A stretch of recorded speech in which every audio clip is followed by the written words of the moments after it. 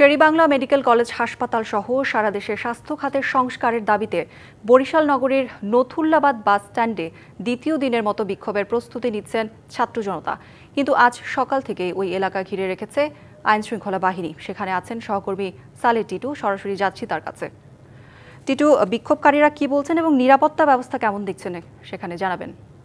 করি আপনাকে ধন্যবাদ। আসলে আজকে সকাল 11টায় এখানে ছাত্র জনতা একত্রিত হয়ে বরিশাল কুয়াকাটা ঢাকা মহাসড়ক, জাতীয় এই মহাসড়কের নগরীর নথুল্লাবাদ এলাকা ব্লকেট কর্মসূচি পালন করার কথা ছিল, কিন্তু এখানে অপ্রীতিকর ঘটনা ঘটতে পারে এই আশঙ্কা এখানে সকাল থেকেই সেনাবাহিনী, পুলিশ এবং আইন শৃঙ্খলা বাহিনীর বিভিন্ন গ্রুপ কিন্তু এটা কর্ডন করে রেখেছে, যার ফলে কিন্তু এখানে এখন পর্যন্ত ওদের সাথে যোগাযোগ করা, যারা এখানে আন্দোলনের নেতৃত্ব দিচ্ছে তাদের সাথেও যোগাযোগ করার চেষ্টা করেছি, তাদের সাথে আসলে যোগাযোগ করতে পারিনি, তারা কেউ এখানে এখন পর্যন্ত আসেনি। এদিকে আমাদের কাছে খবর এসেছিল যে এই ব্যাপারটা এখানে যে মহাসড়ক অবরোধ করার পরিপ্রেক্ষিতে পুরো নগরীর যে দূরপাল্লার গাড়িগুলো বা কেন্দ্রীয় বাস টার্মিনাল থেকে ছেড়ে যাচ্ছে, সেই ছেড়ে যেতে পারছিল না, যার ফলে শ্রমিকদের সাথে সাথে তাদের কিন্তু গতকাল একটা দ্বন্দ্ব সৃষ্টি হয়েছিল। এই দ্বন্দ্ব থেকে এখানে কোনো সংঘাত হতে পারে, সেই সংঘাতের প্রতিহত করার জন্যই কিন্তু এখানে সেনাবাহিনী, পুলিশ এবং আইন শৃঙ্খলার বিভিন্ন বাহিনীর সদস্যরা তারা এখানে মোতায়েন হয়েছে।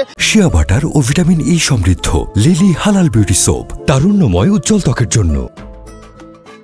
এবং আমার একাধিক আইন শৃঙ্খলা বাহিনীর সদস্যের সাথে কথা হয়েছে, তারা জানিয়েছেন তারা আসলে তারা যে কর্মসূচি পালন করেছে সেই কর্মসূচি পালন করুক, কিন্তু সেটা মহাসড়ক কেন্দ্রিক না হয়, যেখানে মানুষের ভোগান্তি হয়। কারণ এখান থেকে প্রায় আমাদের পর্যটন কেন্দ্র কুয়াকাটা পর্যন্ত গাড়ি চলাচল করে, প্রতিদিন 5000 গাড়ি আপ ডাউন করছে বরিশাল, ঢাকা, কুয়াকাটা অষ্টম জাতীয় মহাসড়ক থেকে। আর এই পয়েন্টটা হচ্ছে কেন্দ্রীয় বাস টার্মিনাল পয়েন্ট। এই জন্য কিন্তু তারা এখানে আজকে কোনো কর্মসূচি পালন করতে দিবে না। তাদের একটি কথা যে কর্মসূচি পালন হবে, কোনো দুর্ভোগ মানুষের মাঝে কোনো দুর্ভোগ শিকার হোক সেই ধরনের কোনো কর্মসূচি এখানে পালন করতে দেওয়া হবে না। এই কারণে কিন্তু এখন পর্যন্ত ছাত্র জনতা যারা আগে এখানে আন্দোলন কর্মসূচি পালন করেছিল, শেরেবাংলা মেডিকেল কলেজ হাসপাতাল সহ দেশের যে সরকারি হাসপাতালগুলো রয়েছে সেই হাসপাতালের অব্যবস্থাপনা দূর করার জন্য তাদের লাস্ট দাবিটা ছিল যে স্বাস্থ্য উপদেষ্টা তাদের সাথে কথা বলে এই ব্যাপারে সে কি পদক্ষেপ নিবে, কি উদ্যোগ গ্রহণ করবে সেই ব্যাপারে হস্তক্ষেপ কামনা করেছিল, কিন্তু সেটা গতকাল পর্যন্ত কিন্তু হয়নি।